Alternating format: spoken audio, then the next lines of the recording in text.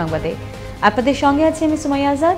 Corona ভাইরাসের সংক্রমণ রোধে প্রায় 5 মাস বন্ধ থাকার পর দর্শনার্থীদের জন্য খুলে দেওয়া হলো রাজধানী মিরপুরের জাতীয় চিড়িয়াখানা। কর্তৃপক্ষ বলছে গুরুত্ব সহকারে নিশ্চিত করা হচ্ছে স্বাস্থ্যবিধি। এদিকে চিড়িয়াখানার পরিবেশে সন্তোষ জানিয়েছেন আগত দর্শনার্থীরা। শাহিন রেজার ক্যামেরায় জয়নাল আবেদিন জানাচ্ছেন বিস্তারিত। চিড়িয়াখানা খোলার খবরে রাজধানীর বিভিন্ন প্রান্ত থেকে পরিবার পরিজন নিয়ে অনেকেই বেড়াতে এসেছেন। দর্শনার্থীদের পদচারণায় মুখর হয়ে উঠে চারপাশ, এ যেন উৎসব মুখর পরিবেশ। বাংলাদেশ জাতীয় চিড়িয়াখানায় আপনাকে সুস্বাগতম। সামাজিক দূরত্ব বজায় রাখুন, নো মাস্ক নো এন্ট্রি। দীর্ঘদিন বন্ধ থাকার পর চিড়িয়াখানা পত্রপল্লবে সেজেছে, সেই সাথে গুছালো পরিবেশ মুগ্ধতা ছড়াচ্ছে, যা দেখে সন্তোষ জানিয়েছেন আগতরা। অনেকদিন পর চিড়িয়াখানা খুললো, আমরা ফ্যামিলি সহ সবাই ঘুরতে আসলাম, খুব ভালো লাগলো। অনেকদিন বাসায় থাকার পর আজকে প্রথম চিড়িয়াখানা খুলছে, ঘুরতে আসছি সবাই মিলে, পরিবারের সবাই খুব আনন্দ করতেছি। বড়দের সাথে মেতেছে শিশু কিশোররাও, উন্মুক্ত পরিবেশ পেয়ে তারাও মেতেছেন নির্মল আনন্দে। বক, তারপর সিংহ ভালো লাগছে, মানে বাঘ, হরিণ, সিংহ ভালো লাগছে, অনেক কিছু দেখছি, অনেক ভালো লাগছে।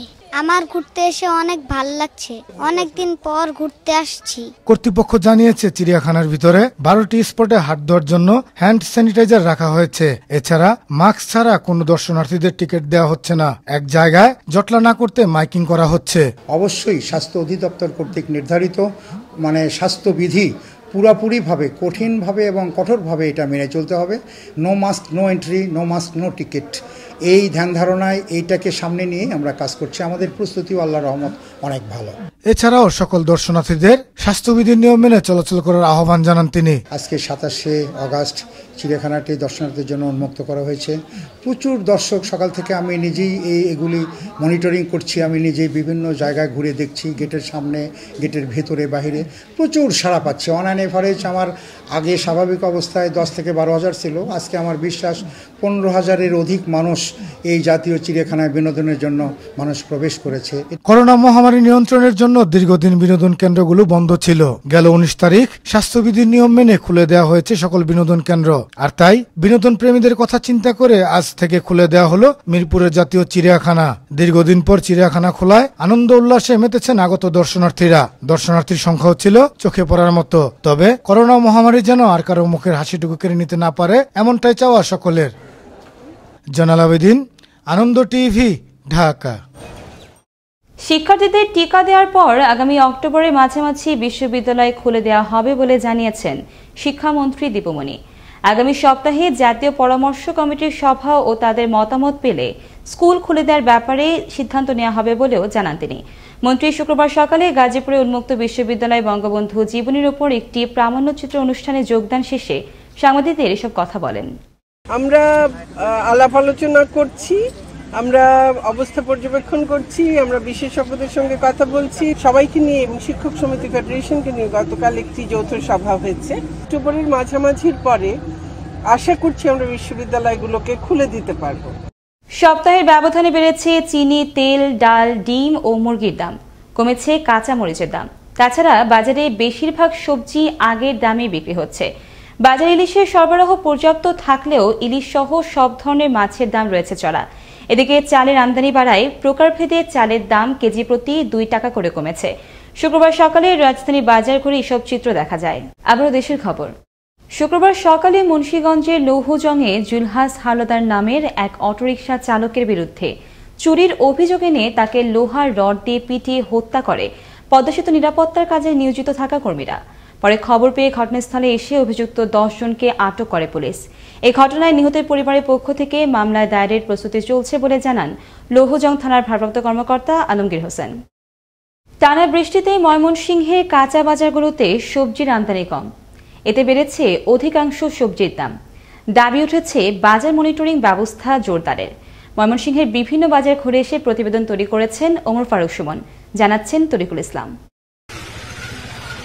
একাধারে কয়েকদিনের বৃষ্টিতে কাঁচা বাজারে কমতে শুরু করেছে সবজির আমদানি। এক সপ্তাহের ব্যবধানে পেঁপে আর কাঁচামরিচের দাম কমলেও অধিকাংশের সবজির দাম দেখা গেছে ঊর্ধ্বগতি। কাঁচকলার হালি 20 থেকে 25 টাকা, টমেটো কেজি প্রতি 100 থেকে 120 টাকা, ঝিঙা 40 থেকে 50 টাকা, কাকরোল 25 থেকে 30 টাকা, পেঁপে 15 থেকে 20 টাকা, কাঁচামরিচ 80 থেকে 100 টাকা, পটল 30 থেকে 40 টাকা, বেগুন 30 থেকে 40 টাকা, ঢেঁড়স 30 থেকে 40 টাকা, বরবটি 50 থেকে 60 টাকা, শসা 20 থেকে 30 টাকা, আলু 20 থেকে 25 টাকা। কাঁচামরিচের দাম এক সপ্তাহ আগের থেকে বর্তমান কেজিতে 30 টাকা কম।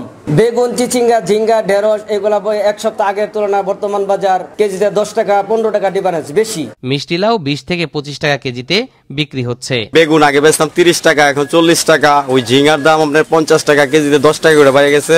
মাছের বাজারে কমেছে দেশীয় মাছের আমদানি। ইলিশের দাম কিছুটা কমলেও বেড়েছে অন্যান্য মাছের দাম। ইলিশ আপনার 800 টাকা কেজি, এটা ছিল 1200 টাকা কেজি। অপরদিকে গরু আর খাসির মাংসের দাম অপরিবর্তিত থাকলেও বেড়েছে ডিম আর পোল্ট্রি মুরগির দাম। তবে কমেছে মোটা চাল আর ব্রয়লার মুরগির দাম। অপরিবর্তিত রয়েছে মশলার বাজার। এটা আগে ছিল 48, এটা যেমন 46 47 হয়ে গেছিল। 29টা যেমন আপনি মনে করেন 48 ছিল, এটাও 46 হয়ে গেছে। পাকিস্তানি মুরগি এক সপ্তাহ আগে 170 টাকা কেজি ছিল, এখন আমরা কেজিতে 30 টাকা বাড়ছে। অপরদিকে ভোজ্য তেল, ডাল, চিনি, আটা সহ অন্যান্য নিত্য প্রয়োজনীয় পণ্যের দাম লাগামহীন ঊর্ধ্বগতি। এ অবস্থায় দাবি উঠেছে বাজার মনিটরিং এর। যারা মনিটরিং এর দায়িত্বে আছে তারা যদি মনিটরিং করে তাহলে আমার মনে হয় কিছুটা হলেও এই দ্রব্যমূল্য নিয়ন্ত্রণে আসবে বলে আমার বিশ্বাস। নিত্য পণ্যের দাম বৃদ্ধি অব্যাহত থাকলে অস্থিতিশীল হয়ে পড়বে বাজার ব্যবস্থা, নাগালের বাইরে চলে যাবে পণ্যের দাম। তাই বাজার মনিটরিং এর আওতায় আনা প্রয়োজন বলে মনে করছেন সচেতন মহল। তরিকুল ইসলাম, আনন্দ টিভি, ন্যাশনাল ডেস্ক। শুক্রবার সকালে কুমিল্লার বিশ্ব রোড এলাকায় একটি আইসক্রিম কারখানায় অভিযান পরিচালনা করে ভ্রাম্যমাণ আদালত। এ সময় নামি দামি বিভিন্ন ব্র্যান্ডের মোড়ক ব্যবহার করে আইসক্রিম বিক্রি করায় কারখানাটিকে 25,000 টাকা অর্থদণ্ড প্রদান করেন ভ্রাম্যমাণ আদালত। পুলিশের সহযোগিতায় ভ্রাম্যমাণ আদালত পরিচালনা করেন উপজেলা নির্বাহী কর্মকর্তা শুভাশিস ঘোষ। বুধবার রাতে দিনাজপুরের বীরগঞ্জের একটি মাদ্রাসার হোস্টেলে খাবার খেয়ে অসুস্থ হয়ে পড়ে অর্ধ শতাধিক শিক্ষার্থী। অসুস্থ শিক্ষার্থীদের উদ্ধার করে উপজেলা স্বাস্থ্য কমপ্লেক্সে পাঠায় মাদ্রাসা কর্তৃপক্ষ। খাবারের বিষক্রিয়ায় তারা অসুস্থ হয়ে পড়ে বলে জানান উপজেলা স্বাস্থ্য কর্মকর্তা মহসিন। এই ঘটনায় মাদ্রাসা সুপারকে প্রধান করে একটি তদন্ত কমিটি গঠন করা হয়েছে বলে জানান উপজেলা নির্বাহী কর্মকর্তা আব্দুল কাদের। দেখছেন আনন্দ টিভি সংবাদ, সঙ্গে আছি সুমাইয়া আজাদ। পাবনা বাঁকাবাড়ি মহাসড়কে বাসের চাকায় পিষ্ট হয়ে প্রাণ হারালেন 2 মোটরসাইকেল আরোহী। শুক্রবার সকালে চাচাতো ভাইয়ের জানাজায় অংশ নিতে বের হন মোস্তফা এবং ইমাম নামের ওই 2 যুবক। বাঁকাবাড়ি বিন্নিদারি এলাকায় পৌঁছলে পেছন থেকে আসা একটি বাস তাদের মোটরসাইকেলটিকে ধাক্কা দিলে ঘটনাস্থলে একজন ও হাসপাতালে নেওয়ার পর অপরজনের মৃত্যু হয়। কক্সবাজারে টেকনাফে অভিযান চালিয়ে 2,45,000 পিস ইয়াবা জব্দ করল বাংলাদেশ কোস্টগার্ড। গোপন সংবাদের ভিত্তিতে বৃহস্পতিবার রাতে টেকনাফ হাবিরছড়া মেরিন ড্রাইভ এলাকায় অভিযান চালিয়ে ইয়াবাগুলো জব্দ করা হয়। এ সময় ইয়াবার ব্যাগ বহনকারী ব্যক্তিরা কোস্টগার্ডের উপস্থিতি টের পেয়ে কৌশলে পালিয়ে যায়। পরে জব্দকৃত ইয়াবা টেকনাফ মডেল থানায় হস্তান্তর করে কোস্টগার্ড। কুমিল্লার দেবিতারে ধর্ষণ চেষ্টা মামলা তুলে না নেয় কিশোরী ও তার মা বাবাকে প্রকাশ্যে মারধরের ঘটনায় 4 জনকে গ্রেফতার করে র্যাব। বৃহস্পতিবার রাতে জেলার বিভিন্ন স্থানে অভিযান চালিয়ে তাদের গ্রেফতার করা হয়। শুক্রবার দুপুরে এক সংবাদ সম্মেলনে তথ্য নিশ্চিত করেন র্যাব 11-এর উপপরিচালক মেজর সাকিব হোসেন।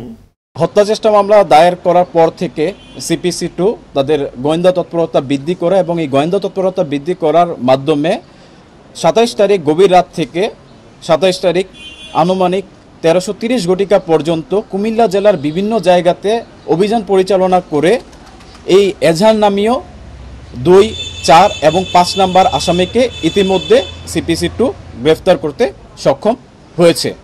রংপুরের নবদীগঞ্জের 12 গ্রামের প্রায় 40,000 মানুষ, যাদের চলাচলের একমাত্র ভরসা বাঁশের সাঁকো, যে সাঁকোতে ঝুঁকিপূর্ণ পারাপার হচ্ছে মানুষজন। অপরদিকে মিঠাপুকুরে খালের উপর ব্রিজ থাকলেও নেই সংযোগ সড়ক, এতে কাজে আসছে না বাঁশের সাঁকো কিংবা ব্রিজ কোনোটি। রংপুর থেকে সহকর্মী মাহফুজ আলম প্রিন্সের তথ্য ভিডিওচিত্রে দেখুন ডেস্ক রিপোর্ট। রংপুরের পীরগাছার নবদিগঞ্জের আলাইকুড়ি খালের ওপরে বাঁশের সাঁকো। নিজেদের টাকায় তৈরি এ বাঁশের সাঁকোই যাতায়াতে একমাত্র ভরসা 12টি গ্রামের 40,000 মানুষের। এই খালের দুই পারে রয়েছে স্কুল, মাদ্রাসা সহ হাটবাজার এবং কমিউনিটি ক্লিনিক। ফলে প্রতিদিনই এই সাঁকো দিয়ে পার হতে হয় কোমলমতি শিক্ষার্থী সহ হাজারো মানুষের। অনেক সময় এ সাঁকো দিয়ে পার হতে গিয়ে অনেকেই হয়েছেন দুর্ঘটনার শিকার।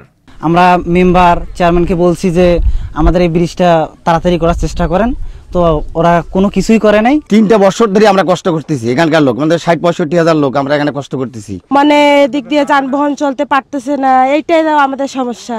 আমরা চাই এই ব্রিজটার কাজ যেন সরকার অথবা যে কোনো মিডিয়ার মাধ্যমে তাড়াতাড়ি যেন হয়, তাহলে আমাদের এলাকাবাসীর যাতায়াত করার সুবিধা হবে। অ্যাম্বুলেন্স তো যাওয়ার কোনো বুদ্ধি নাই, এখানে নামা লাগে, নামিয়ে একজন একজন করে লোক পার হওয়া লাগে। এদিকে খালের ওপর দ্রুতই ব্রিজ নির্মাণের আশ্বাস দিলেন কল্যাণী ইউনিয়ন পরিষদ চেয়ারম্যান। পীরগাছা উপজেলার যে আমাদের প্রকৌশলী আছেন, উনিও আমাকে আশ্বস্ত করছেন যে আগামী হয়তো 2-1 মাসের মধ্যে এই ব্রিজের কাজ হবে ইনশাআল্লাহ। অন্যদিকে রংপুরের মিঠাপুকুর উপজেলার বৈরাতি এলাকায় ব্রিজ থাকলেও নেই সংযোগ সড়ক। 3 বছর আগে মানুষের চলাচলের জন্য এই ব্রিজটি নির্মাণ করে দুর্যোগ ব্যবস্থাপনা বিভাগ, কিন্তু সংযোগ সড়ক না থাকায় ভোগান্তির অন্ত নেই 5টি গ্রামের প্রায় 10,000 বাসিন্দাদের। 3-4 বছর থেকে মনে করেন যে রিকোয়েস্ট করি একটা ব্রিজ করে নিলাম, এখানে সে ব্রিজ করে নেওয়ার পরে কোনো রাস্তা নাই, এখানে কোনো মাটি নেই, কিছু না, মই দিয়ে কখন নামে পানি হলে এই পাশে পানি ওঠে আর আসা যায় না। এ ব্যাপারে রংপুরের পীরগাছা ও মিঠাপুকুর উপজেলার প্রকল্প কর্মকর্তা ক্যামেরার সামনে কথা বলতে বিব্রত বোধ করেন। তবে সাধারণ মানুষের দাবি, কংক্রিটের এই সুদৃশ্য ব্রিজটিতে হবে সংযোগ সড়ক আর বাঁশের সাঁকোর বদলে হবে পাকা ব্রিজ। আর এমনটি প্রত্যাশা রংপুরের এই 2 উপজেলার গ্রামীণ জনপদের মানুষের। মুস্তফা কামাল তোহা, আনন্দ টিভি, ন্যাশনাল ডেস্ক।